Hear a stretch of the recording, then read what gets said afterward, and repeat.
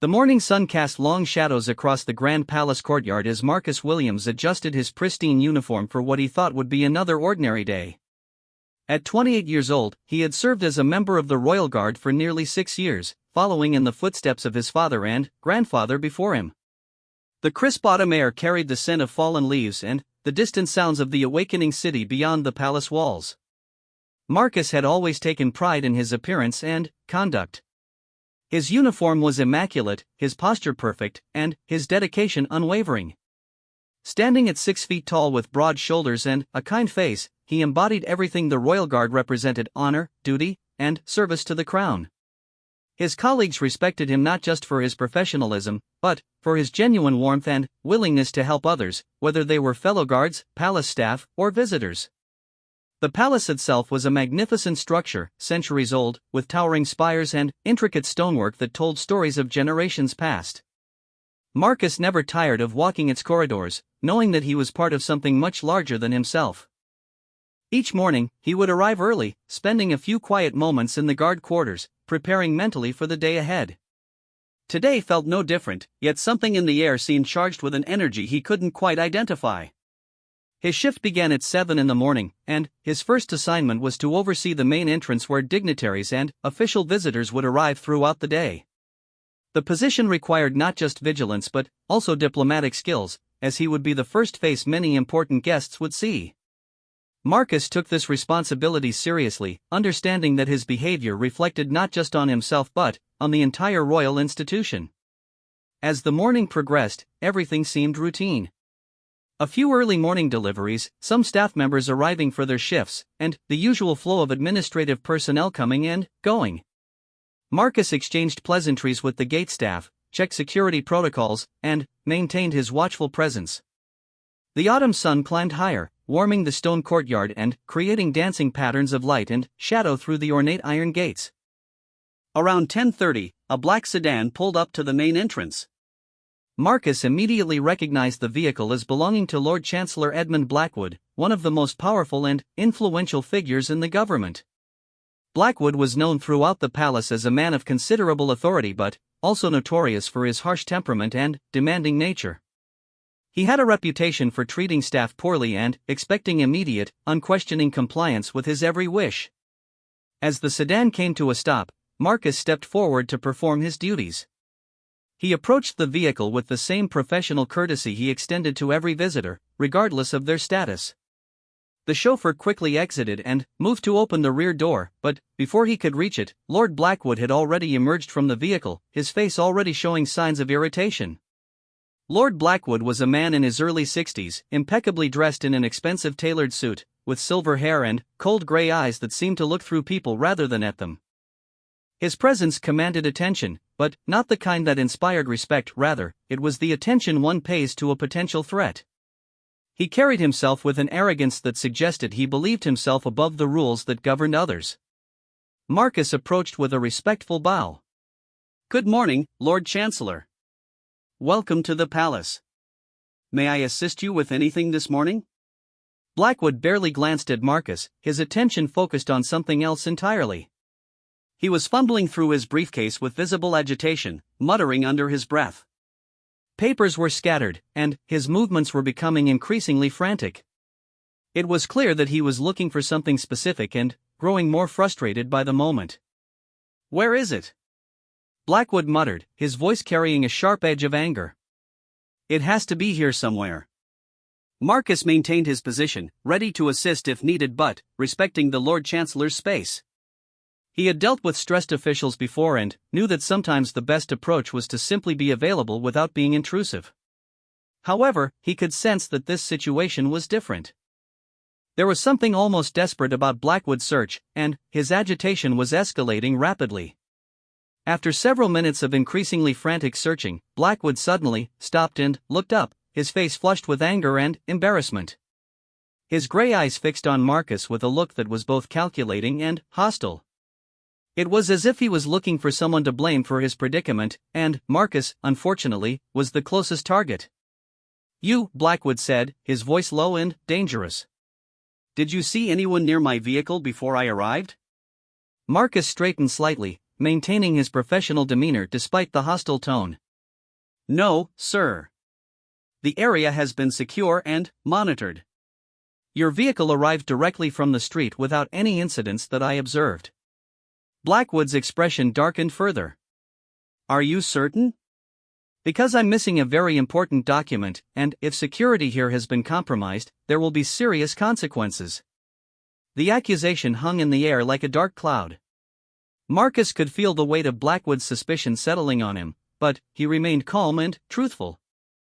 "I can assure you, Lord Chancellor, that security protocols have been strictly followed. If you'd like, I can request a review of the security footage or have additional personnel assist in locating your document." The offer seemed to only further inflame Blackwood's anger. His face grew redder, and his voice rose slightly. "Are you suggesting that I don't know how to keep track of my own documents? Are you implying that this is somehow my fault?" Marcus realized he was in an impossible situation.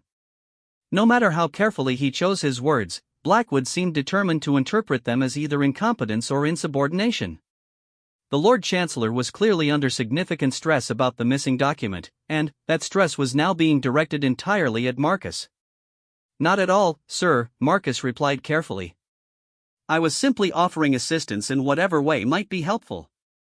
But Blackwood was beyond reason at this point. The combination of his natural arrogance, the stress of the missing document, and perhaps other pressures Marcus couldn't know about had created a perfect storm of rage.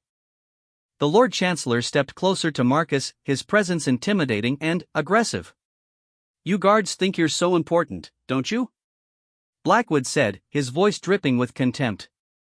"Standing around in your fancy uniforms, pretending to be soldiers when you're nothing but glorified doormen.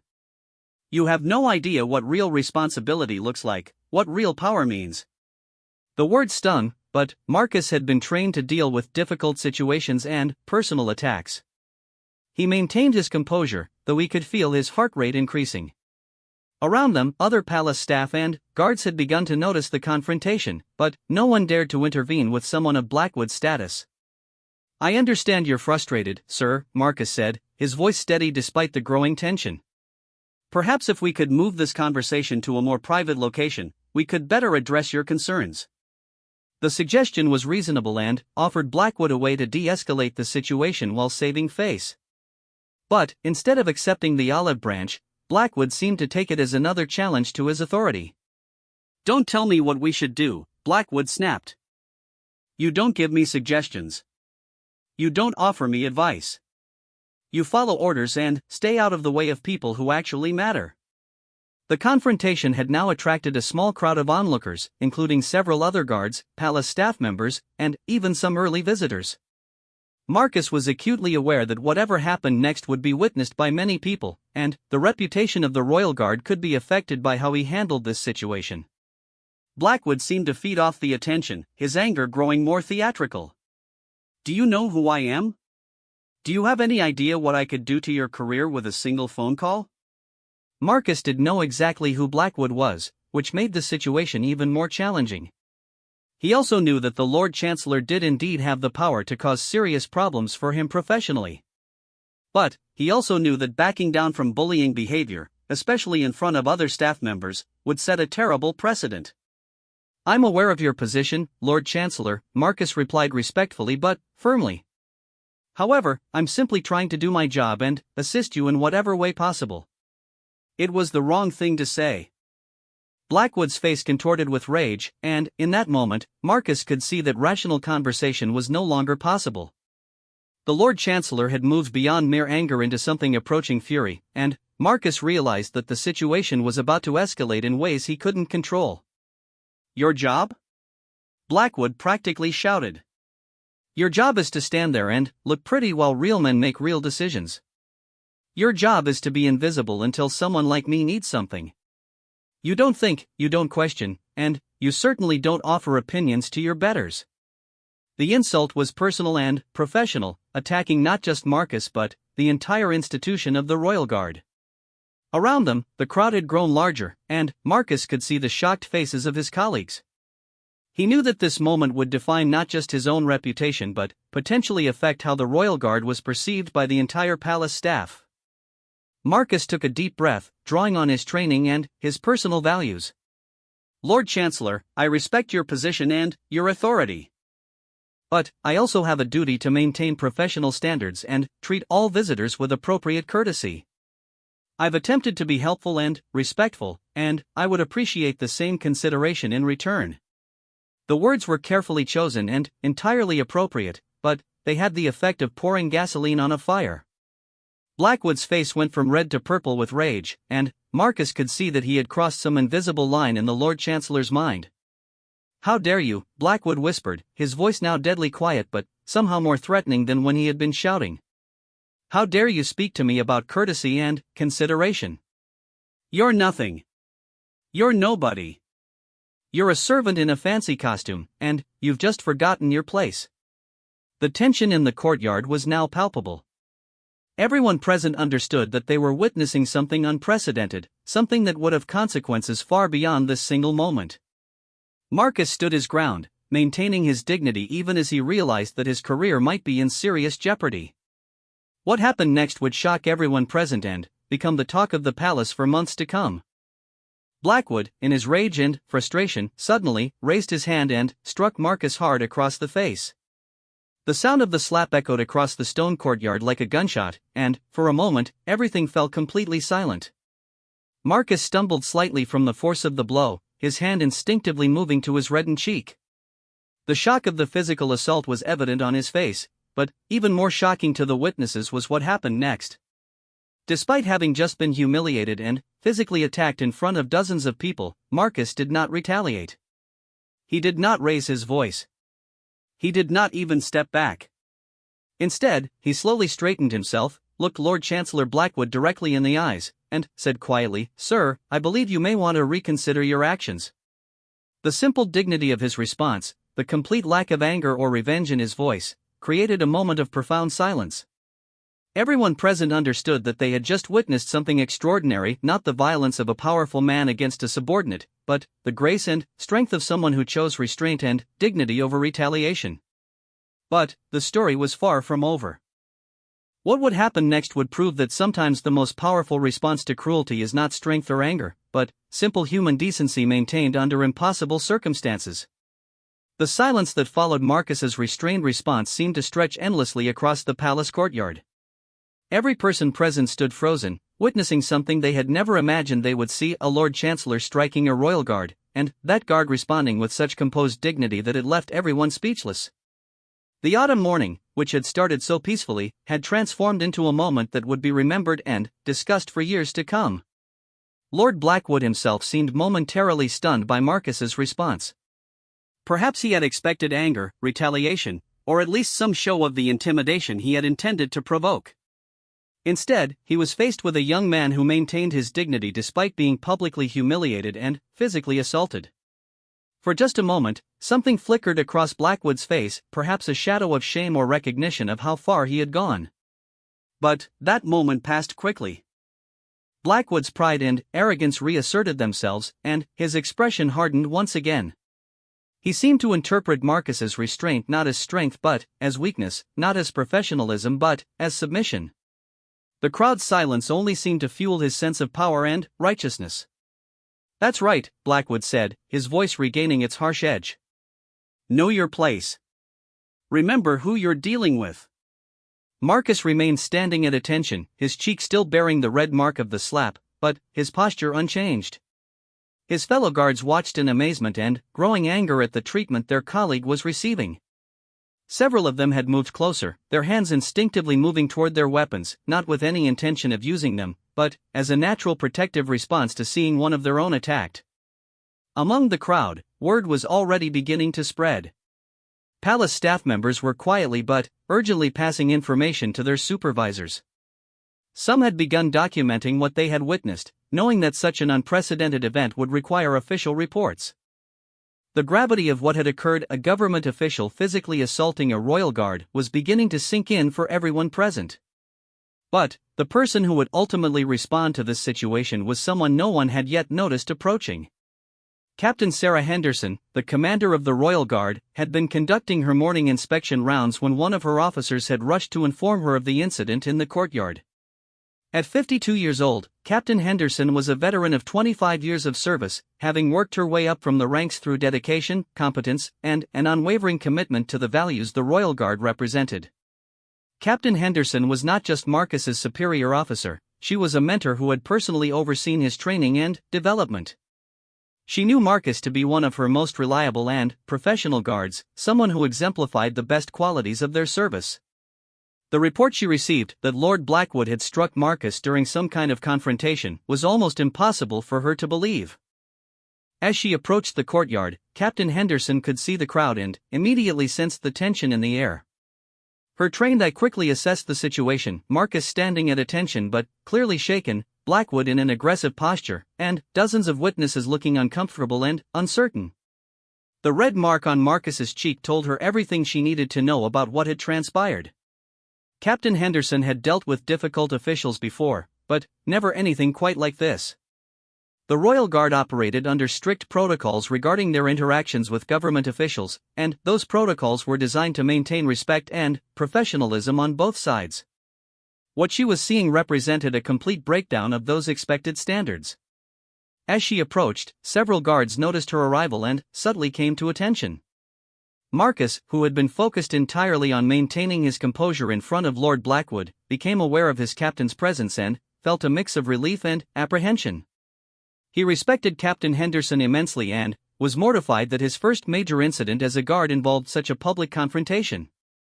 Captain Henderson assessed the scene for several moments before speaking.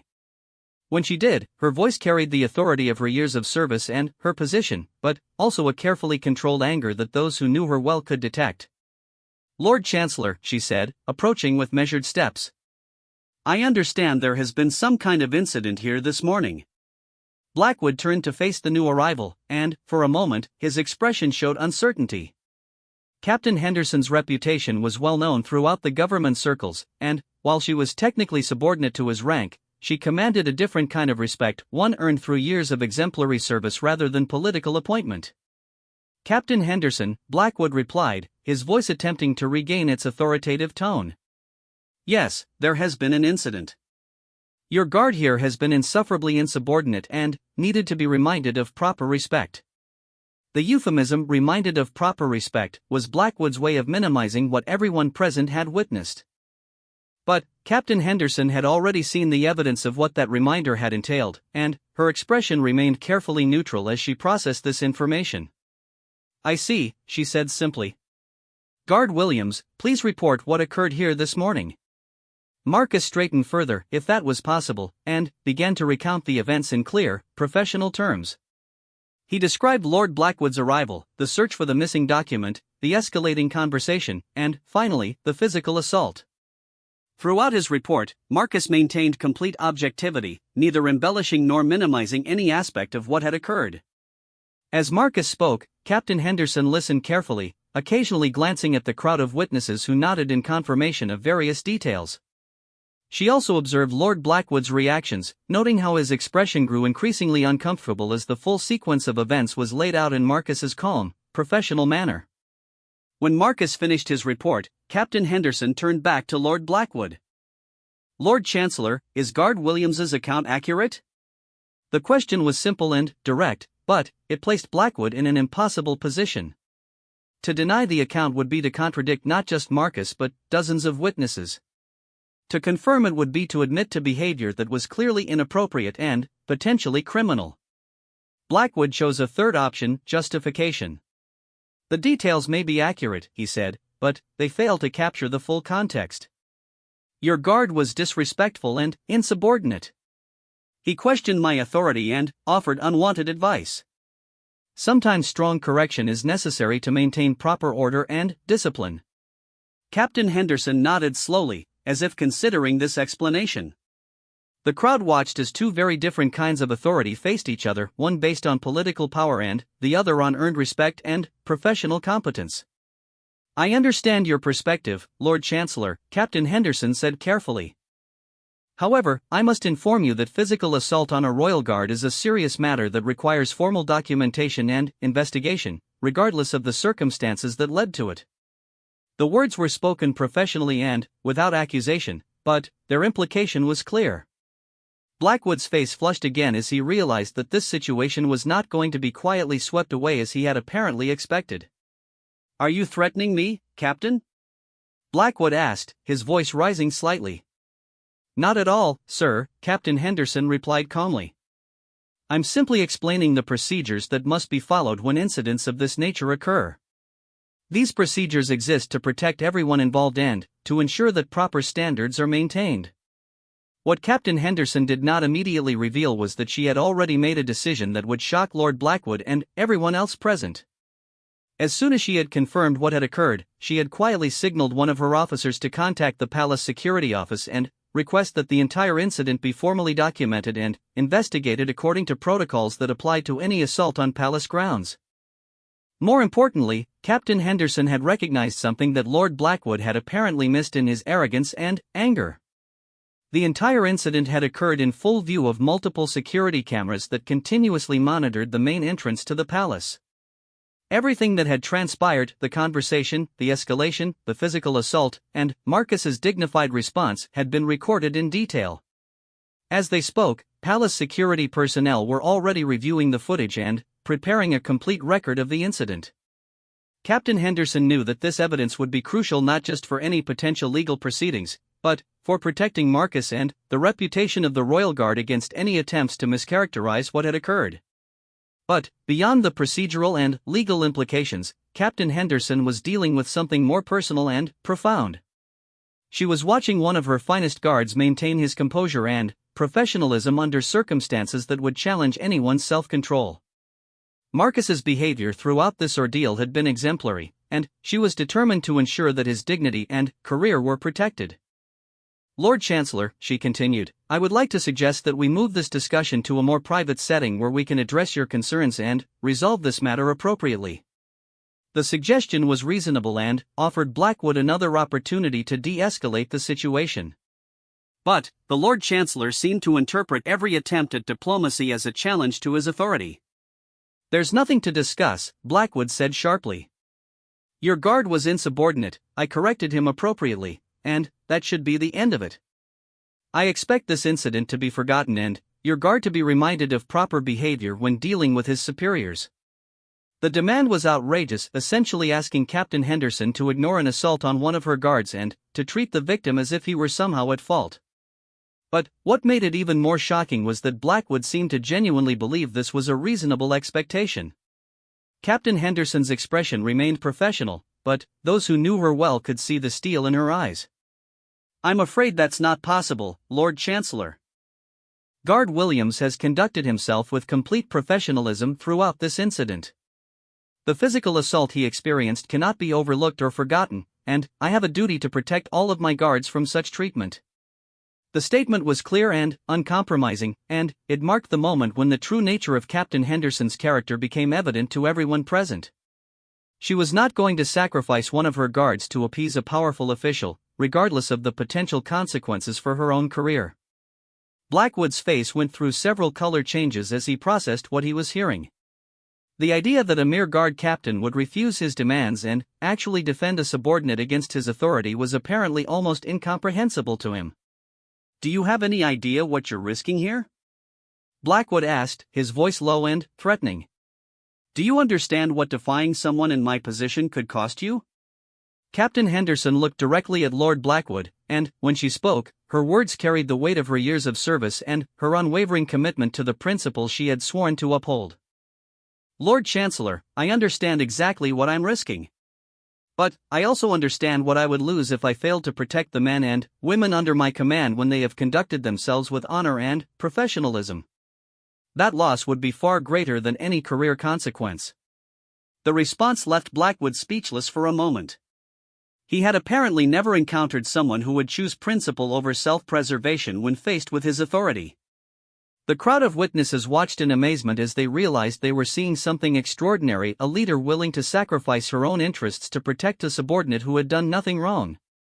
But the confrontation was far from over, and what would happen next would prove that sometimes standing up for what is right can have consequences that no one expects.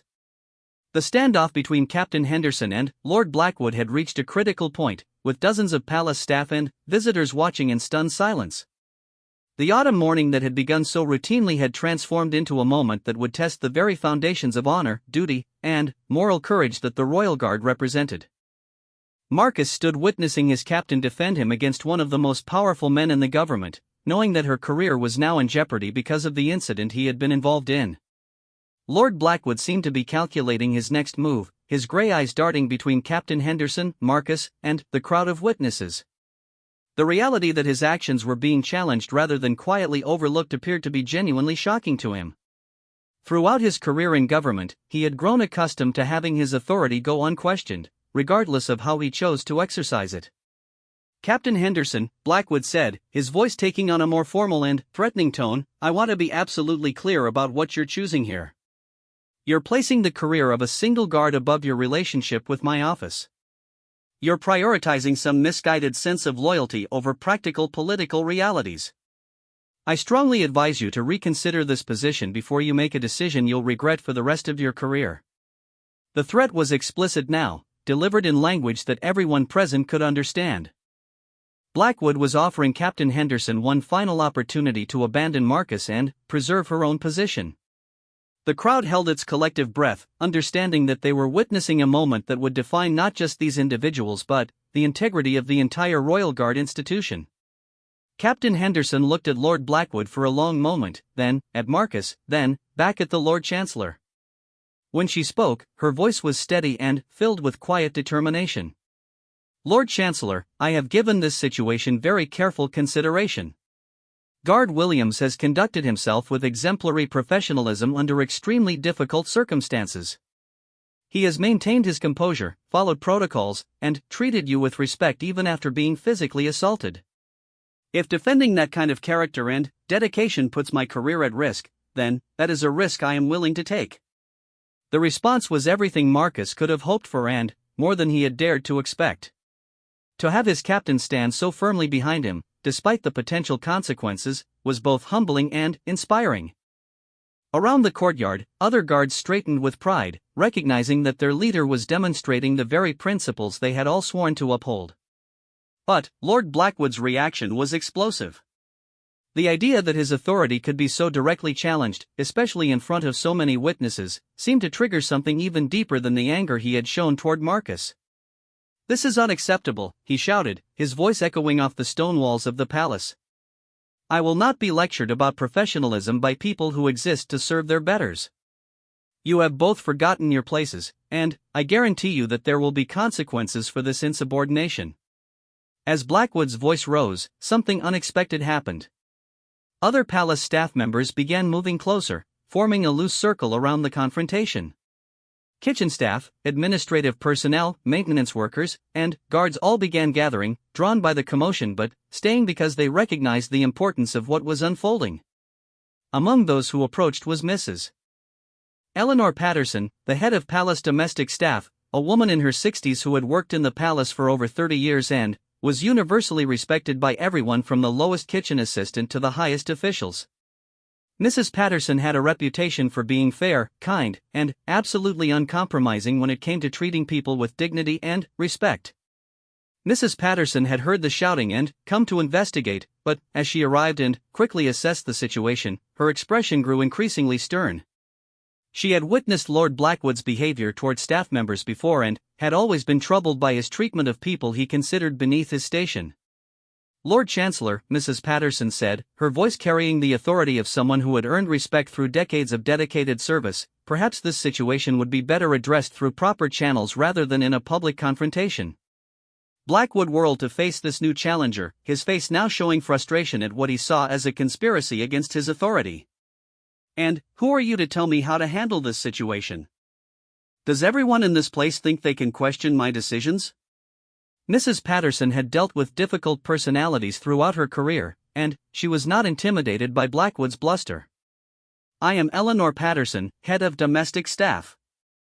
I've served in this palace for 30 years, and I've never seen a government official strike a royal guard or speak so disrespectfully to Captain Henderson. I believe this matter requires immediate attention from palace administration." The statement was delivered calmly but with unmistakable firmness. Mrs. Patterson's intervention represented something significant. This was no longer just a confrontation between Blackwood and the Royal Guard, but a broader issue involving multiple levels of palace staff who were willing to speak up about what they had witnessed. What none of them knew was that word of the incident had already reached the highest levels of palace administration. Sir James Morrison, the palace chief of staff, had been immediately notified and was already reviewing the security footage with several senior officials. The recordings clearly showed every aspect of the confrontation, from Blackwood's aggressive behavior to Marcus's professional restraint to Captain Henderson's principled defense of her guard. Sir James was a man who had built his career on managing delicate situations and balancing competing interests, but what he was seeing on the security footage presented challenges unlike any he had faced before.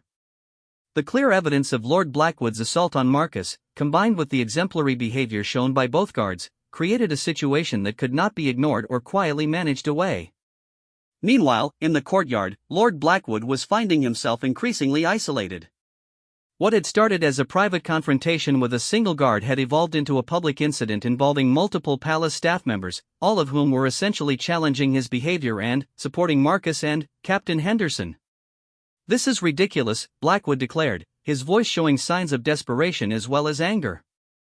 "I'm being treated like a criminal for maintaining necessary discipline. You people seem to have forgotten that I represent the government, that I have authority here, and that respect for that authority is essential for proper functioning." Captain Henderson stepped forward slightly, positioning herself between Lord Blackwood and Marcus in a gesture that was both protective and symbolic. "Lord Chancellor," she said, "no one is questioning your authority or your position.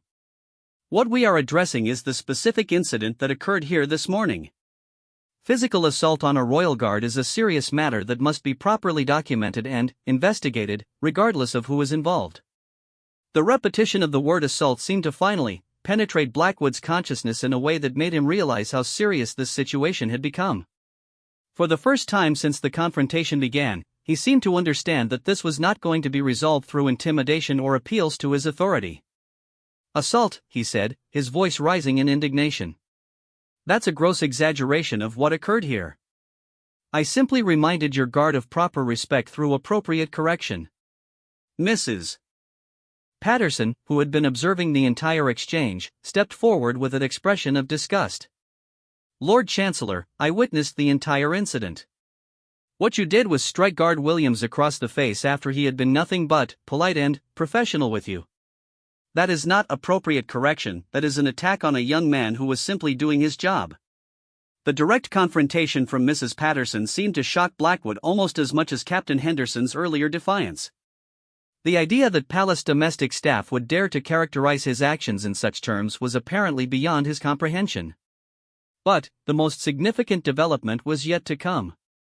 As the confrontation continued, Sir James Morrison emerged from the palace with several other senior officials, including the Deputy Chief of Security and the Director of Palace Operations. Their approach was noticed first by the outer ring of gathered staff, who quietly stepped aside to create a path. Marcus noticed the approaching officials and felt his stomach tighten with apprehension. He knew that the arrival of such senior palace leadership could mean that this incident was about to have consequences far beyond what anyone had anticipated. Captain Henderson also noticed their approach and straightened further, preparing to brief her superiors on the situation. Lord Blackwood, still focused on his argument with Mrs. Patterson, did not immediately notice the new arrivals. When he finally became aware of the approaching officials, his expression showed a mixture of relief and vindication. Clearly, he expected that the arrival of senior palace leadership would result in his authority being reaffirmed and the rebellious staff being properly disciplined. "Sir James," Blackwood called out as the palace chief of staff approached. "Thank goodness you're here. I've been dealing with completely unacceptable insubordination from your staff. This guard was disrespectful, and, when I appropriately corrected him, both he and Captain Henderson became defiant and refused to accept proper discipline." Sir James Morrison was a man in his late 50s, with grey hair and the bearing of someone accustomed to handling sensitive situations with diplomacy and precision. As he approached the group, his expression was carefully neutral, but those who knew him well could detect an underlying tension that suggested this situation was even more serious than it appeared. "Lord Chancellor," Sir James said, his voice professionally courteous but notably lacking in warmth, I understand there has been an incident here this morning. I've been reviewing the available information, and I believe we need to discuss this matter in detail." The phrase "reviewing the available information" was significant, though its full meaning was not immediately apparent to Lord Blackwood. Sir James was referring to the security footage that had captured every moment of the confrontation, but he had not yet revealed the existence of that evidence. "Indeed, we do need to discuss this," Blackwood replied, his tone suggesting that he expected vindication. "Your staff here has been completely out of line, and I expect appropriate disciplinary action to be taken." Sir James nodded slowly, then turned to Captain Henderson. "Captain, please provide me with your assessment of what occurred here this morning." Captain Henderson delivered a clear, concise summary of the incident, maintaining her professional tone throughout. She described Lord Blackwood's arrival, the escalating confrontation, the physical assault on Marcus, and her own decision to defend her guard's conduct and insist on proper documentation of the incident. As Captain Henderson spoke, Sir James listened carefully, occasionally glancing at Lord Blackwood to observe his reactions. When she finished, he turned to Marcus. "Guard Williams, do you have anything to add to Captain Henderson's report?" Marcus had been dreading this moment, knowing that his career might depend on how he handled this question. But, as he looked at Captain Henderson, who had risked her own position to defend him, and at Mrs. Patterson, who had spoken up as a witness, he found the courage to speak truthfully. "Sir James, I believe Captain Henderson's report is complete and accurate. I attempted to maintain professionalism throughout the incident, and I'm grateful for Captain Henderson's support." The simple dignity of Marcus's response, delivered despite everything he had endured, made a profound impression on everyone present. Here was a young man who had been publicly humiliated and physically assaulted, yet remained focused on professionalism and gratitude rather than anger or revenge. Sir James nodded and turned back to Lord Blackwood. When he spoke, his words would change everything. "Lord Chancellor, I need to inform you that this entire incident has been recorded by our security cameras. I have reviewed the footage in detail, and I can confirm that the accounts provided by Captain Henderson and Guard Williams are entirely accurate. The recording clearly shows the escalation of this confrontation and the physical assault that occurred." The revelation hit Lord Blackwood like a physical blow. His face went through a rapid series of expressions: surprise, realization, and then a growing panic as he understood the implications of having his actions documented on video. The revelation that the entire confrontation had been captured on security cameras sent shockwaves through everyone present in the palace courtyard. Lord Blackwood's face went pale as the full implications of Sir James Morrison's words sank in. For the first time since the incident began, he seemed to understand that his actions would have consequences that his political position could not shield him from. Sir James Morrison continued speaking, his tone remaining professionally neutral but carrying unmistakable authority. "The footage clearly documents the entire sequence of events, from the initial conversation through the physical assault and its aftermath. It shows Guard Williams maintaining complete professionalism throughout, Captain Henderson's appropriate response to defend her subordinate, and the various staff members who witnessed these events." Marcus felt a mixture of relief and apprehension. While the existence of video evidence vindicated his account of what had happened, he also knew that this situation was now far beyond anything he had ever imagined being involved in. The young guard who had simply been trying to do his job that morning was now at the center of an incident that could have far-reaching political implications. Lord Blackwood, meanwhile, seemed to be rapidly recalculating his position. The confident arrogance that had characterized his behavior throughout the morning was giving way to something approaching panic as he realized that his version of events could be contradicted by objective evidence. "Sir James," Blackwood said, his voice noticeably less commanding than it had been, "I think there may be some misunderstanding about what the footage actually shows. Security cameras don't capture context, they don't show the full picture of what led to the incident." The attempt to minimize the significance of the video evidence was transparent to everyone present, but Sir James responded with diplomatic precision. "You're quite right that context is important, Lord Chancellor. That's why I've also taken statements from multiple witnesses who observed the entire incident from beginning to end. Their accounts are consistent with what the video shows and with the reports from Captain Henderson and Guard Williams." Mrs. Patterson, who had been standing quietly nearby, stepped forward slightly. "Sir James, I observed the entire incident from the moment Lord Blackwood arrived. Guard Williams was nothing but polite and professional throughout. He offered assistance, answered questions respectfully, and attempted to de-escalate the situation even as Lord Blackwood became increasingly aggressive." Her testimony, delivered with the authority of her 30 years of palace service, carried significant weight. Other staff members began nodding in agreement, and several stepped forward to offer their own confirmations of what they had witnessed. Sir James acknowledged these statements with a slight nod, then turned his attention back to Lord Blackwood. Based on the evidence available, including video documentation and multiple witness statements, it appears that Guard Williams conducted himself with exemplary professionalism under very difficult circumstances. Captain Henderson's response to defend her subordinate was entirely appropriate and consistent with her duties as a commanding officer. The official vindication of both Marcus and Captain Henderson sent a wave of relief through the gathered royal guards. They had watched their colleague and their captain take enormous personal risks to stand up for what was right, and to see that courage recognized and supported by the highest levels of palace administration was deeply meaningful. But Sir James was far from finished. He turned back to Lord Blackwood with an expression that, while still professionally neutral, carried unmistakable seriousness. "Lord Chancellor, the physical assault on a royal guard is a matter that cannot be overlooked or dismissed. Regardless of any frustrations or misunderstandings that may have led to this incident, striking a palace guard represents a serious breach of protocol and, potentially, a criminal offense." The word criminal seemed to hit Lord Blackwood like another physical blow.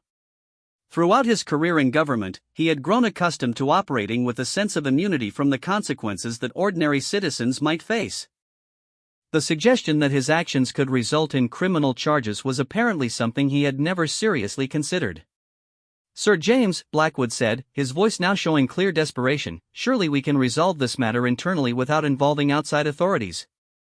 I was under considerable stress about a missing document, and perhaps I reacted more strongly than necessary. But to characterize this as criminal behavior seems excessive." The plea represented a complete reversal from Blackwood's earlier position. The man who had been demanding that Marcus be disciplined for insubordination was now asking for mercy and understanding for his own far more serious misconduct. Sir James looked at Lord Blackwood thoughtfully, then at Marcus and Captain Henderson. "The decision about how to proceed will ultimately rest with Guard Williams, as he is the victim of the assault. However, I must inform you that this incident will be formally documented and reported to appropriate authorities regardless of his personal wishes." The attention suddenly shifted to Marcus, who found himself in the extraordinary position of having significant influence over the consequences faced by one of the most powerful men in the government. Everyone in the courtyard looked at him, waiting to see how he would handle this unexpected responsibility. Marcus looked at Lord Blackwood, who was staring at him with an expression that mixed hope and fear. He thought about everything that had happened that morning, the verbal abuse, the public humiliation, the physical assault that had left his cheeks still stinging. He also thought about Captain Henderson's courage in defending him, Mrs. Patterson's willingness to speak up as a witness, and all the other staff members who had shown solidarity with him. Most importantly, Marcus thought about what kind of person he wanted to be and what kind of values he wanted to represent as a royal guard. The easy path would be to demand maximum consequences for Lord Blackwood, to make him pay for every moment of humiliation and abuse. But Marcus had been raised with different values, and his training as a royal guard had reinforced principles that went beyond simple revenge. "Sir James," Marcus said, his voice steady despite the enormity of the moment, "I believe that what happened here today was wrong, and I'm grateful that the truth has been established. However, I don't wish to see Lord Blackwood's career destroyed over this incident. If he is willing to acknowledge what occurred and ensure that it never happens again, I would prefer to see this resolved without criminal charges." The response shocked everyone present, perhaps none more than Lord Blackwood himself. After being publicly humiliated and physically assaulted, Marcus was offering mercy and a path toward redemption rather than demanding retribution. The generosity of spirit shown by someone who had every right to seek maximum consequences left many of the witnesses visibly moved. Captain Henderson looked at her subordinate with unmistakable pride. This was the character she had recognized in Marcus from the beginning of his service, and seeing it demonstrated under such extreme circumstances confirmed her faith in him as both a guard and a human being. Lord Blackwood stared at Marcus for a long moment, his expression cycling through disbelief, relief, and something that might have been shame. The young man he had dismissed as a glorified doorman was showing more grace and dignity than Blackwood had demonstrated throughout his entire political career. "Guard Williams," Blackwood said quietly, his voice completely different from the harsh tones he had used throughout the morning. I don't know what to say. Your generosity is more than I deserve after my behavior today." Sir James observed this exchange with careful attention, recognizing that Marcus's response had created an opportunity for resolution that served everyone's interests while maintaining important principles. "Lord Chancellor," Sir James said, "Guard Williams has shown remarkable grace in his response to this situation. However, there must be clear understanding and acknowledgement of what occurred here today. Are you prepared to formally acknowledge that your actions were inappropriate and to ensure that such behavior will not be repeated?" Lord Blackwood nodded emphatically. "Yes, absolutely. I was completely out of line in my treatment of Guard Williams and Captain Henderson. My behavior was inexcusable, and I am grateful for the opportunity to make amends rather than face the consequences I frankly deserved." The formal acknowledgement represented a complete transformation from the arrogant, bullying behavior Blackwood had displayed just hours earlier. Whether this change was driven by genuine remorse or simply by recognition of his vulnerable position was unclear, but the acknowledgement itself was significant. Sir James turned to Marcus. "Guard Williams, are you satisfied with Lord Chancellor Blackwood's acknowledgement?" Marcus looked at the man who had caused him so much distress that morning. Lord Blackwood's expression showed what appeared to be genuine remorse, and his earlier arrogance had been completely replaced by humility. Marcus recognized that people could change and that showing mercy could sometimes be more powerful than demanding punishment. "Yes, Sir James. I accept Lord Blackwood's acknowledgement, and I hope we can all learn from what happened here today." The resolution brought visible relief to everyone present. The staff members who had gathered to witness the confrontation began to disperse, many of them approaching Marcus to offer quiet words of support and admiration for how he had handled such a difficult situation. Mrs. Patterson approached Marcus with a warm smile. "Young man, you showed character today that many people twice your age would struggle to match. Your parents should be very proud of the man they raised." Captain Henderson placed a hand on Marcus's shoulder. "Williams, your conduct throughout this entire incident has been exemplary. You've represented the best traditions of the Royal Guard, and I'm honored to serve alongside you." Even some of the other government officials who had arrived with Sir James approached Marcus to express their respect for his professionalism and his gracious handling of the situation's resolution. As the crowd gradually dispersed, Lord Blackwood approached Marcus one final time. The powerful government official who had arrived that morning with such arrogance and contempt seemed like a different person entirely. "Guard Williams," he said quietly, "I want you to know that this experience has taught me something important about respect and dignity. Your example today will stay with me for the rest of my career.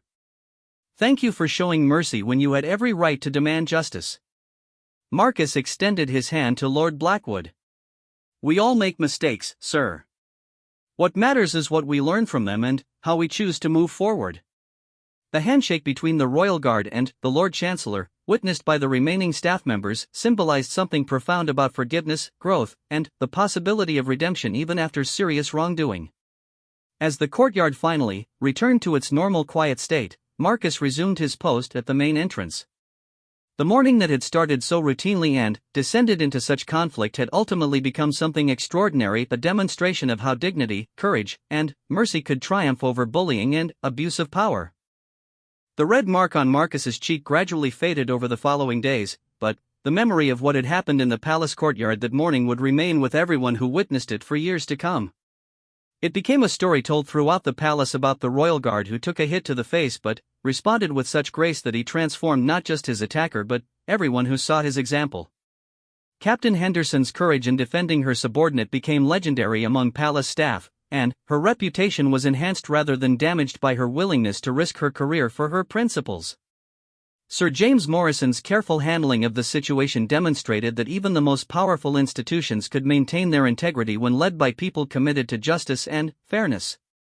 But, perhaps most importantly, Marcus Williams's response to being assaulted, choosing mercy over revenge, grace over bitterness, became an example of the transformative power of forgiveness and the strength that comes from maintaining one's values even under the most challenging circumstances.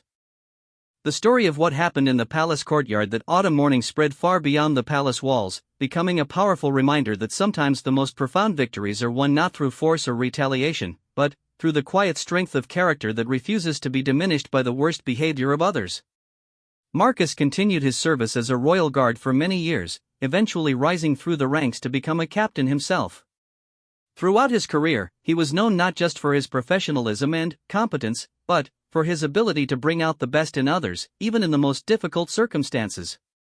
The lesson he had learned that morning, that responding to cruelty with dignity could be more powerful than any other response, became a principle that guided his entire life and inspired countless others who heard his story.